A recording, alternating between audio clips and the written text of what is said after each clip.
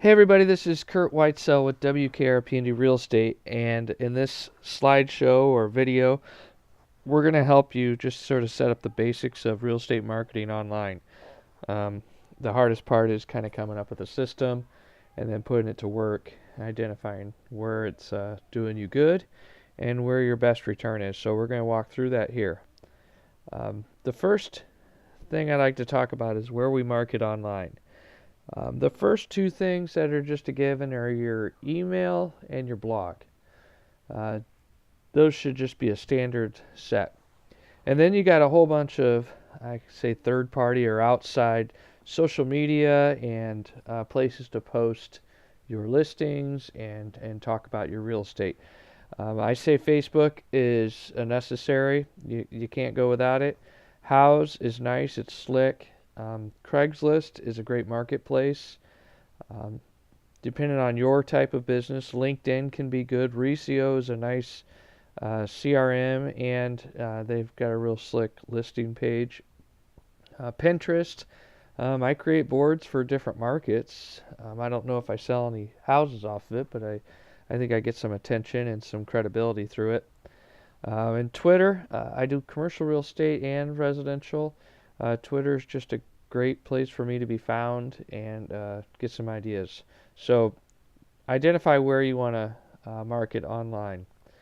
So there's two things. There's online marketing, there's print marketing that we're going to talk about. Why do we focus online? Well, print marketing is slow, it's not measurable, and it's expensive. Um, Sending someone a postcard takes days. You have no idea if they got it, and your return on investment is very low. Print marketing is not interactive, efficient, or free. So your interaction with print marketing is basically, do they throw it in the trash or not? Is it efficient? You have no idea. There's no way to really measure it. That's good. And is it free? No. It's expensive if you're going to do it regularly and really focus on it. Why I like online marketing, because it's cheap comparatively speaking. It's measurable and it's personable. I can spend very little money and get great results, be able to see what kind of activity I'm getting, and also I can engage people on a personal level. I still think that people buy from people. Our online marketing is not hard selling or closing a deal. It's not easy and it's not automatic. I see a lot of people, I think a lot of people don't use online marketing or social media for their real estate because they don't feel like they're closing any deals. It takes a lot of work and focus, and it takes time and strategy. So, but if you're able to overcome those, it's a terrific way to grow your business. Um, your online marketing strategy. So from day one, I've always said, uh, online, I want to reach as many people as often as possible at the lowest cost. How can I stay top of mind with my audience, staying in front of them without just spending a ton of money buying ads or junk blast to people? I want it to be quality. I want a good return on investment. They say 92% of people use the internet to search for homes. If you looked at this picture here, that's on. They go to websites. Top there, yard signs is funny. Half people look at yard signs to buy a home. So there's still people out trolling. But if you go all the way to the bottom, magazines, newspapers, the home book thing, billboards, nobody looks at that. That's not a 5% is not a number. And so you really have to be focused online. So strategies and touches. I say, what's your program for connecting online and doing online marketing? Number one is connect. Then you use your social media after you connect with these people. Use your emails after you connect with these people to engage them. Next, you want to schedule a system to follow up your engagements and your contacts, and then you have to be willing to change. Change is a big one. I think most people don't understand the change side of it, but there's nothing wrong with adapting your plan as your business changes. So the first thing is connect. Connecting is asking and receiving personal referrals, reaching out to your target audience and setting meetings with them. People like to have a cup of coffee. People like a phone call maybe. And then go to networking events and gather connections. Friends and family are the easiest, quickest way to get a group of connections and an audience. And so this group you're going to apply to your online marketing. Social media is step one with online marketing. Take all your connections automatically. Set a day of the week, Monday. First thing you do is make sure all your connections are in your social media sites. Make sure they're on all of them, whether it's LinkedIn or Facebook. Next is create lists and based on products and needs. Some people don't want to know about certain parts of your business, so be sure you're organized for your social media for that. Post and share. The main part of social media is posting. So always be posting strategically and share your business as well as sharing other people's business.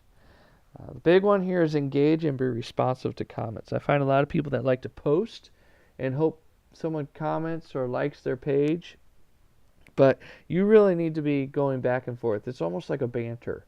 Ask questions.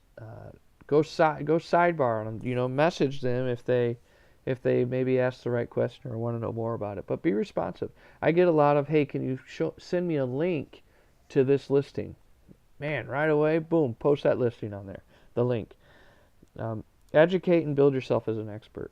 The first way to become an expert is to teach people something someone else isn't teaching them. Immediately become an expert. Whether it's in your market or a certain product or a type of house, you can do that by slowly, softly educating them on your expertise. Email. So another place you need to be uploading all your connections to is your mail. And you need to organize them. This is where your lists are most important because you're going to constantly be referring back to these lists for your email campaigns.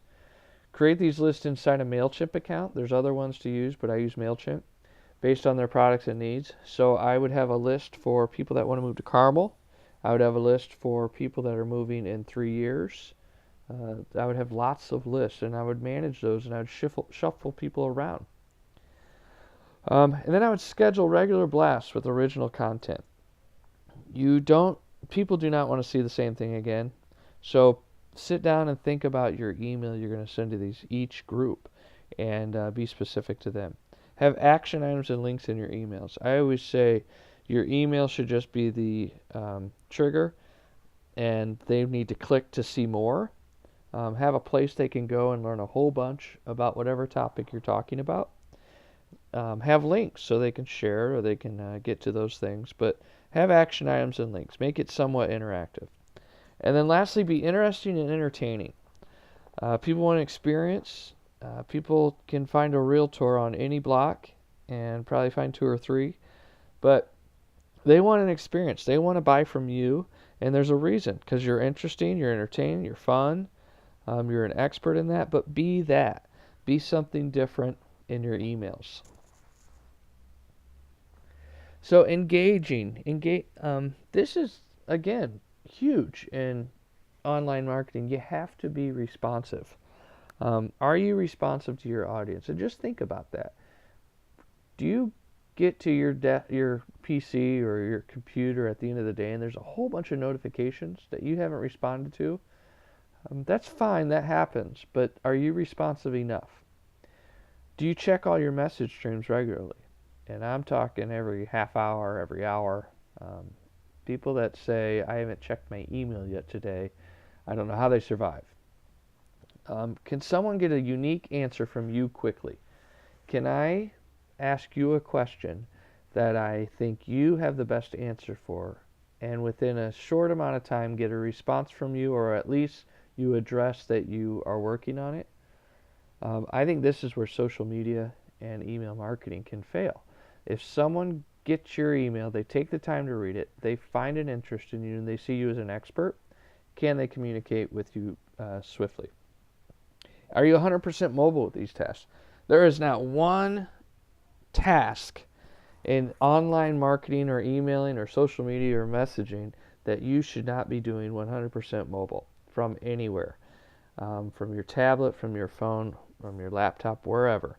But you should not have to go back to a desktop and complete these tasks. If you are, either um, you're old school and you've done just fine and you don't need it anymore, it just doesn't matter to you, or you're missing out on a huge piece of business. And then lastly, being an ongoing resource is a great way to build rapport. This is you as the expert. Engaging them if they ask questions on Facebook, if they shoot an email to you, if someone asks you a question, they have an answer or an experience.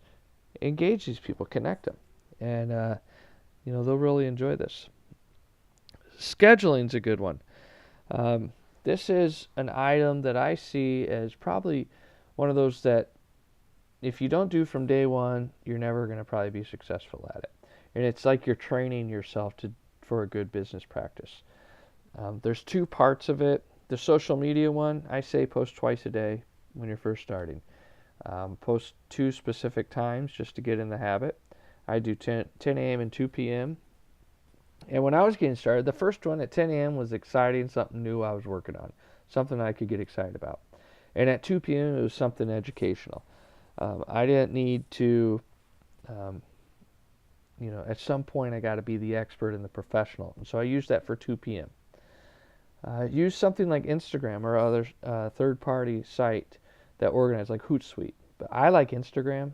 Man, it's phenomenal. Pictures sell real estate, and they tell a story. And it goes to Twitter and Facebook really, really well. And lastly, on your social media, hashtags for sure.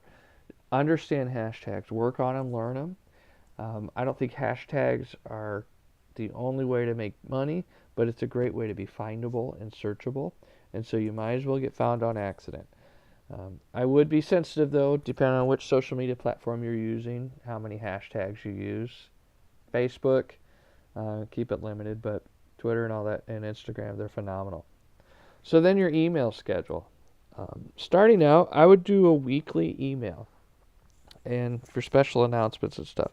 And what I would do in that weekly email is each one of my lists that I've organized earlier, I would email them based on what their topic is. So you got a list for new listings and status changes. You have a list that gets an email based on the market. You got a list based on, a different area, a community. I don't know. But whatever your lists are, each one of those gets it weekly. And then on follow-up. So one of the great parts about MailChimp is you can track the activity. I can see that Bob Smith opened up my email 47 times yesterday. Well, darn it, why is he doing that? So what I'm going to do is I'm going to either call or I'm going to send Bob Smith an email or a follow-up note saying, hey, what do you think of this listing? Or what do you think of this email? Any feedback? Because there's a reason he's at that site so much, or he's bored or a stalker. But I would track that stuff. The other thing is don't be spam, don't be spam, don't be spam. We all get a million emails a day that stink. So don't be that person. Watch your subject lines, just don't be lame. Your content, don't regurgitate broker content, don't regurgitate the corporate content. Build your own specific email blast and blog.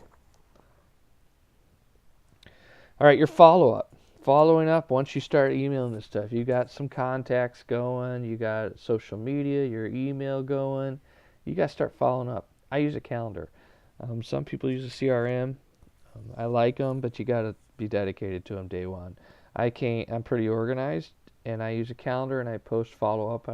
What's nice about my Google Calendar is I can add files and contacts and notes to an event, and then I can have alarms and triggers on it, and then I just diligently keep my system going with each thing. Be persistent and have solutions with your follow-up. If someone is saying, man, I can't find a house with a basement in this area, that's the only thing I would show them, and I would work hard for that. And I would offer them a solution as you communicate to them. Don't send them generic information. Don't sell, show. Nobody's buying from you through an email or social media directly. No one says um, nobody wants you to pressure them into something. It's kind of the nice thing about social media. It's kind of separate. An email's nice. Nobody knows how you're thinking once you read it. But don't sell. Show them, educate them, and they'll appreciate that. Um, and the best thing about the follow up that you have to keep in mind is that your competition, your competitors are following up. There's some really good realtors out there that have systems in place. And if you see why there's such the 3% that win all the deals and everybody else picks up the scraps, it's because those 3% are persistently following up with their client base and new customers. So get on that. And the last slide for information here is change. Oh, you got to be open to change. Some things don't work.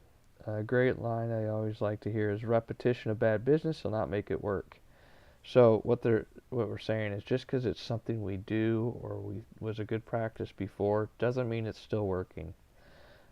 Examples: if Twitter doesn't grow your business, don't use it. There's no point. It's a waste of time. Watch your email subjects for blocks. In MailChimp, you can see when you're getting blocked. That's fine. You're going to get blocked. And you have to accept that. But understand why. If you're getting blocked because you're sending the same junk out all the time, shame on you. Stop emails that don't get opened. You can see if an email is not getting opened. I've had it happen.